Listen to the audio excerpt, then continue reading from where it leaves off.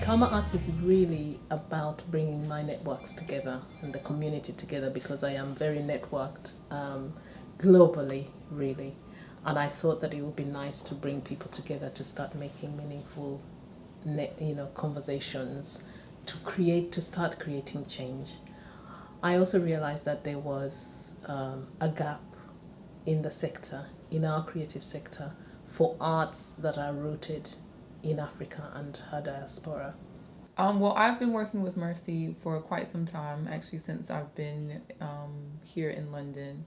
I started working with her at another dance organization and in a different capacity. But Mercy and I, we've worked side by side for all this time. We have our conversations, obviously, about our work, but also about our passions and other things that we wanted to do. And so she had mentioned Kauma Arts and this idea, and I just said to her, Mercy, you have it. Here are your 3 pillars. I broke it down, boom, boom, boom. This is your work. We can start tomorrow. And so I've really been there from the foundation, from August, from the very beginning. And because part of our old roles was always to connect people, Mercy was doing this idea of artists that dine. And so she was already bringing people together. We're already having those like in-person, informal networking events.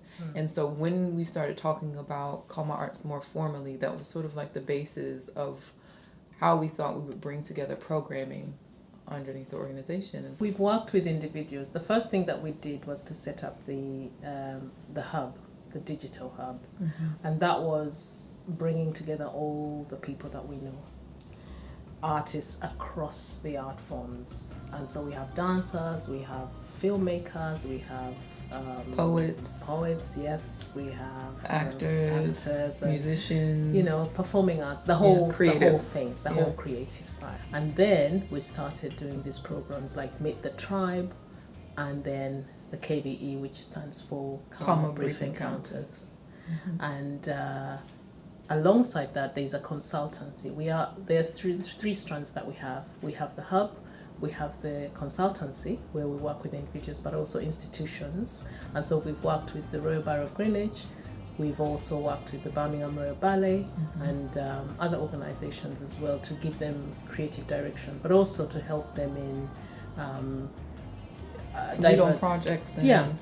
Leading on projects and diversity discussions and stuff, just to kind of explore together. One of the things that we really want to do is to be organic and work together, not just impinge on people. So we assess what people needs are, but also just working together and taking the journey together. The word tribe is actually very African.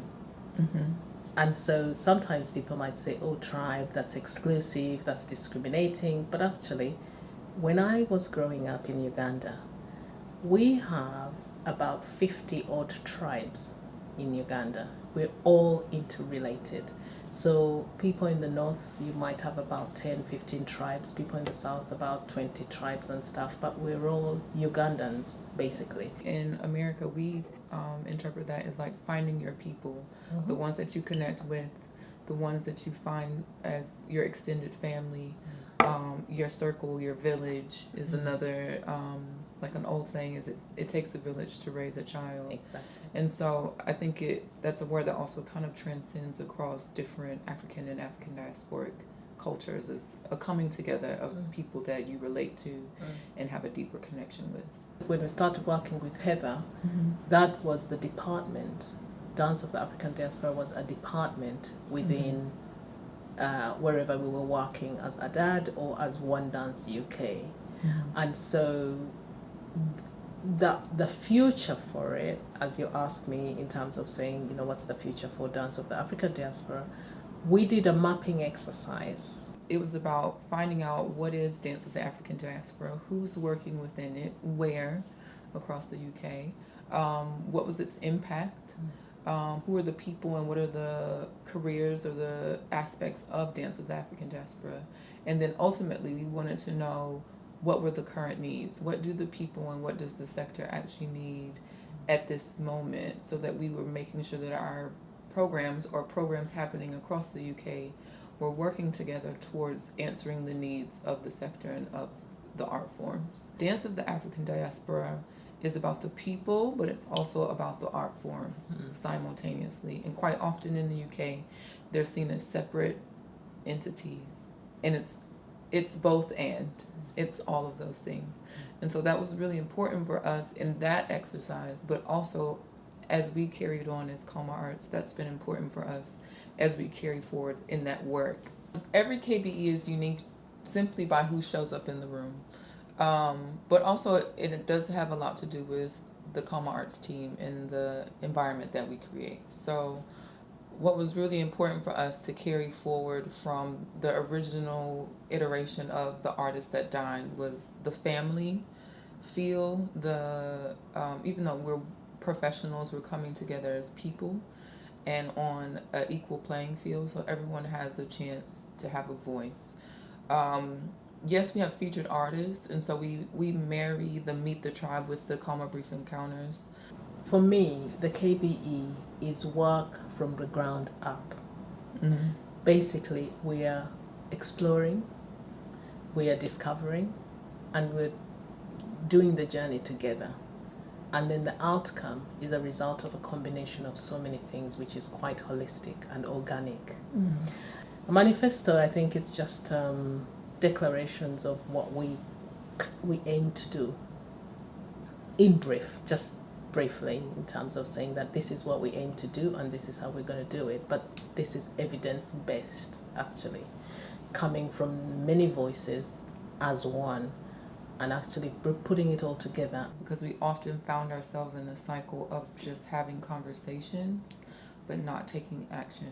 So the manifesto was in a way a piece of accountability for us as Kauma Arts, but also for the sector, for policymakers to say, okay, we've discovered that these are the needs and this is what we want, and now we have to take action. We need to reach out to those areas, kind of political not parties, but political conversations. We want to be in that space to change the norm, and also for somebody to stand up and say, yes, this is what we stand for, and this is what they stand for, and this is how they want to do it. So part of what we do is also intergenerational, and we want to make sure we're reaching at all levels. Like Mercy said, the KBEs, that program is from the ground up, and so we have to reach every level and every aspect of the sector, which is the people, the artists doing the practice, the institutions where they're teaching about the history and the current work of the practice. And those people are also developing what is it going to be in the future. And then we take it up after we have all this evidence from the people, the training, the community, the educational programs. Then we take it up to the policymakers. So it's just making it a well-rounded network and founded work. I mean, the future of Kauma Arts, I really hope that the legacy continues. I hope that more people connect and, come in as consultants, come in and, I hope that Kauma Arts impacts on every diaspora.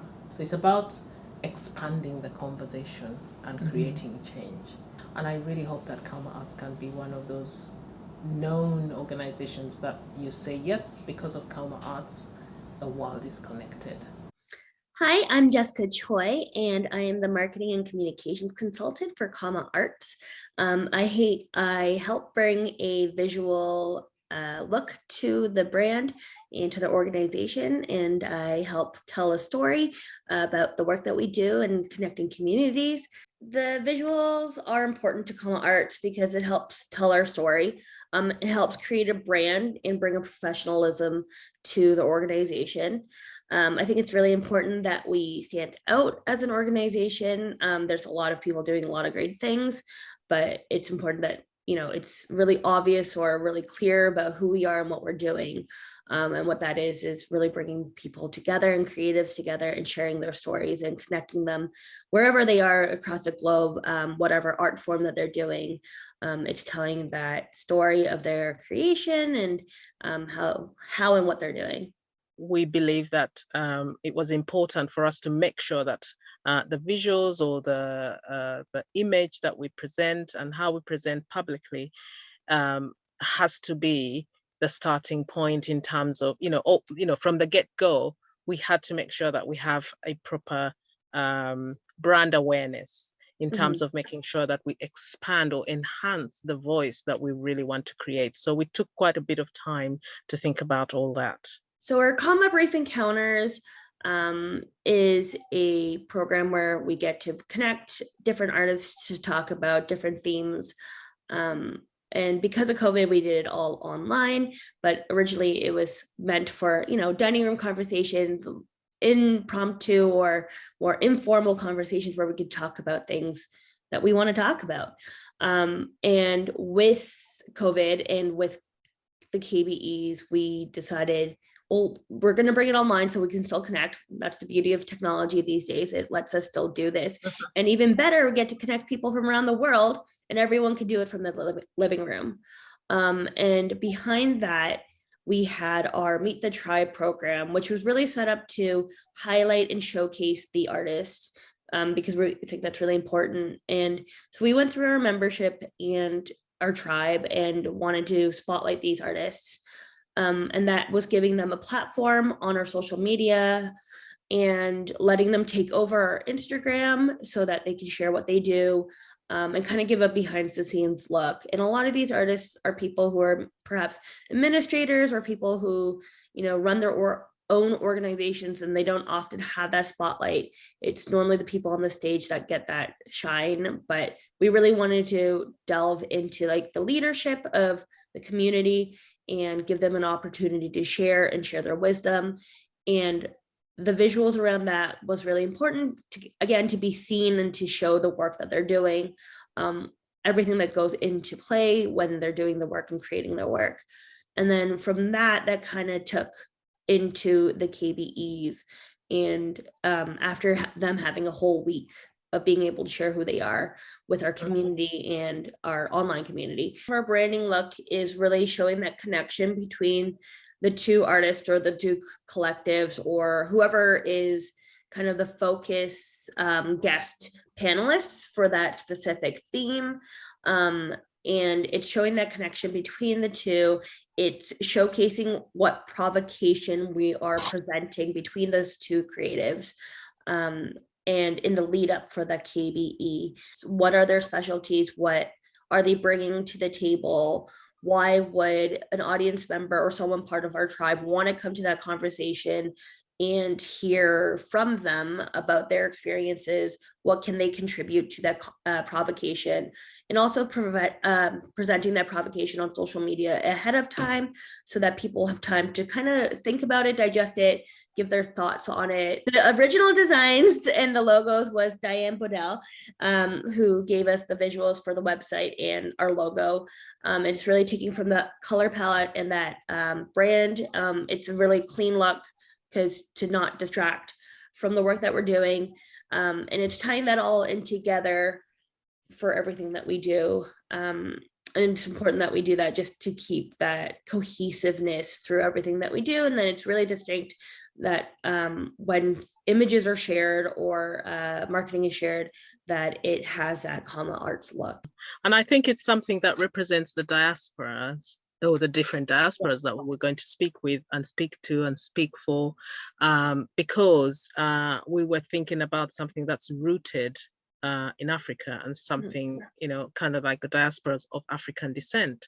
So there is the sun there is vibrancy there is color there is, but it's clean and, it's sleek.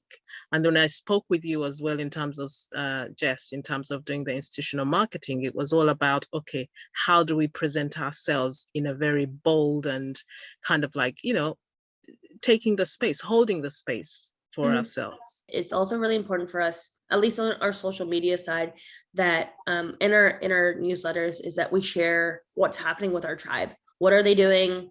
Let's build that community. It's, this person in this place is doing something really cool and interesting, but this person's also doing something along the kind of the same thread, but kind of different somewhere else. How can we connect them together?